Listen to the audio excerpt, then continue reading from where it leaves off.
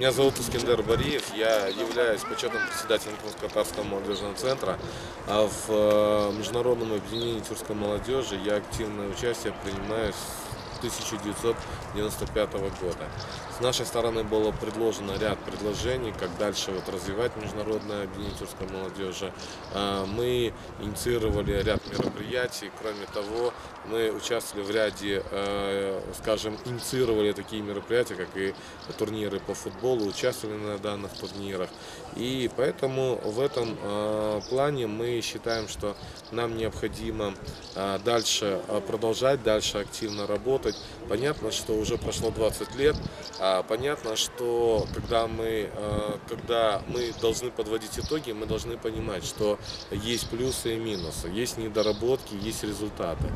Есть, конечно, результаты, у нас есть контакты между многими молодежными организациями различных народов, но есть много недоработок, над которыми нужно работать.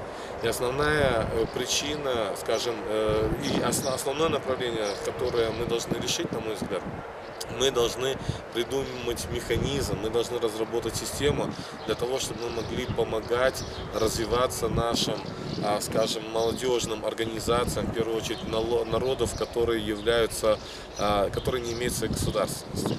И понятно, что этим народам наиболее сложно развиваться. И если мы сможем способствовать этому процессу, потому что развивая наши молодежные организации народов, не имеющих свои страны, свои государства, мы сможем способствовать их сохранению. Ну и кроме того, кроме сохранения, мы будем способствовать их развитию.